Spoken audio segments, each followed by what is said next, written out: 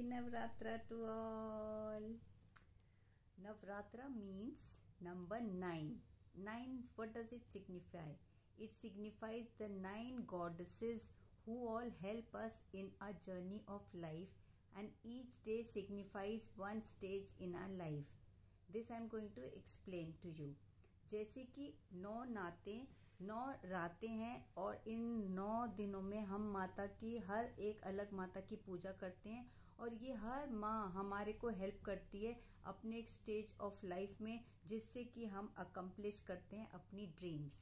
और ये एक पीरियड है हमें डिटॉक्स करने का, क्योंकि हम लोग क्या करते हैं इस दिन सात्विक भोजन करते हैं, अनियन नहीं लेते और गार्लिक नहीं लेते हैं और टाइम से सोते हैं, टाइम से उठते हैं, एक डिसिप्लिन लाइफ लीड करते हैं और ये डिटॉक्स होती है हमारी बॉडी, जिससे कि हम रेडी हो रहे हैं for the journey of a life. तो पहला दिन, आज का दिन जैसे है, ये है माँ शैलपुत्री का। Shailputri means daughter of a mountain, means strength, stability. ये डे से हम शुरुआत करते हैं अपने लाइफ में स्टेबिलिटी लाने की। जैसे एक पहाड़ होता है, बहुत ही ह्यूज होता है, बहुत बड़ा होता है, स्टेबल होता है, स्ट्रांग होता है, उसको हम हिला नहीं सकते।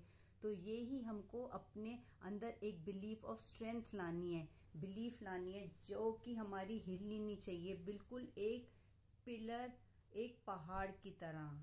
फिर आता है हमारा सेकंड डे, जो कि है माँ ब्रह्मचारिणी का। ये डिसिप्लिन हमें सिखाती हैं, discipline in eating, discipline in sleeping, जो अगेन हमें हेल्प करता है अपने गोल की तरफ मूव करने के लिए ज़्यादा अच्छी तरीके से। फिर आता है माँ चंद्र घंटा, इनकी हम पूजा करते हैं थर्ड डे। ये हमें सिखाती हैं हमें अपने मन को कैसे कंट्रोल करना होता है। जैसे चंद्रा मीन्स मून, मून हमारी सबकॉन्शियस माइंड होता है, जो हमारे मन में अलग अलग चीज़ें चल रही होती है, और घंटा जो कि उसको सेंटर कर लेता है, उसको मतलब कि अलाइन करता है हमारे गोल को, हम उस तरफ ही सोचना शुरू करते हैं। तो माँ चंद्र घंटा हमारे को, जब हम नेगेटिव पैटर्न को स्टेबलाइज करना सीख जाते हैं, तो हम अपनी ड्रीम की तरफ और अच्छे से जा पाते हैं। और फिर फोर्थ डे हमारा आता है, फोर्थ डे है हमारा माँ खुशमुंडा की हम पूजा करते हैं। इस दिन खुशमुंडा मीन जब हम अपने मन को कंट्रोल करना सीख गए हैं, तो हम अपनी गोल की तरफ जाने के लिए एक हमारी जर्नी स्टार्ट हो गई। मतलब एक golden egg, small golden egg पैदा हो गया, गोल्डन एग से ही बाकी स्टेजेस निकलेंगी। तो ये हमारा न्यू चैप्टर ऑफ लाइफ शुरू हो गया फोर्थ डे से। फिर फिफ्थ डे आया, हम पूजा करते हैं माँ स्कंद माता की। माँ स्कंद माता मतलब हमारी जो बिलीफ होती है, हम उसको मैनिफेस्ट करने लगते हैं। जो एक सीड था, अंडा था, सीड था, उससे पौधा उगना शुरू हो गया और हम अपनी राह पर चल पड़े। अब आता है छठा दिन, ये है माँ कात्यायनी का दिन। मतलब ये है एक ब्लॉसमिंग स्टेज, मतलब कि अब हमारी स्टेज ऑफ फुलफिलमेंट आ गई है, पेड़ से फूल निकलने शुरू हो गए हैं। तो ये मेन माँ हैं जिन्होंने महिषासुर जो राक्षस था उनका नाश किया था। तो ये कात्यायनी की हम पूजा करते हैं कि अब हमें फुलफिलमेंट मिलनी शुरू हो चुकी है। अब आता है सेवेंथ डे, ये है काल रात्रि का दिन। इस दिन काल रात्रि की पूजा करती है। क्यों? क्योंकि अब तक हमने सब कुछ एकम्प्लिश कर दिया, अब हमारे मन में भ्रम आना शुरू हो गया, फियर आना शुरू हो गया कि जो कुछ हमने पा लिया है, कहीं ये हमारे हाथ से फिसल तो नहीं जाएगा, कहीं हम इसको खो तो नहीं देंगे। तो हम इसमें हम डर के रहने लगते हैं कि ऐसा तो नहीं, और इसमें माँ की जीभ बाहर निकलती है।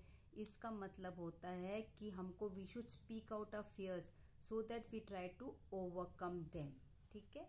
और फिर आता है एट्थ डे, ये है महागौरी का दिन। महागौरी मीन्स बहुत ही सुंदर, बहुत ही सफ़ेद, बिल्कुल मतलब विन ओवर नेगेटिव थिंग्स हो जाएगा, सब कुछ सफ़ेद और अच्छा हो जाएगा। जैसे एक बच्चा होता है, उसके मन में तो कोई फियर नहीं होता, वो डरता नहीं, उसको उछाल दो, कुछ भी कर दो, वो डरता ही नहीं है क्योंकि फियर ही नहीं है। पर हम एडल्ट्स के मन में फियर रहता है कि हम कहीं गिर तो नहीं जाएंगे। पर हमें एक बच्चे की तरह बनना चाहिए, इनोसेंट, ताकि हम अपना गोल अच्छे से कर पाएँ पूरा।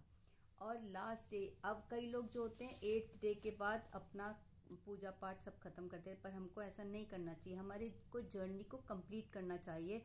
वो है सिद्धिदात्री 9th डे की पूजा। सिद्धिदात्री की पूजा हमको करनी चाहिए जबकि हम फाइनल स्टेज पे पहुंचते हैं, एक परफेक्शन की तरफ पहुंच जाते हैं। ये हमको सिखाती हैं कि हम हमारे डिज़ायर हम और कि हमारा वर्क जो है हम वो एक बनना चाहिए ताकि हमारे को परफेक्शन मिल पाए।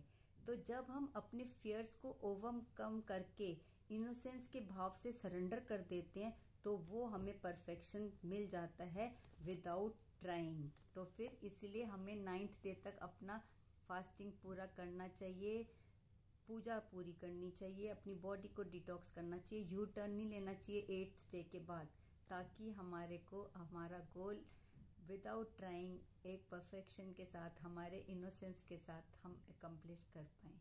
Happy Navratra to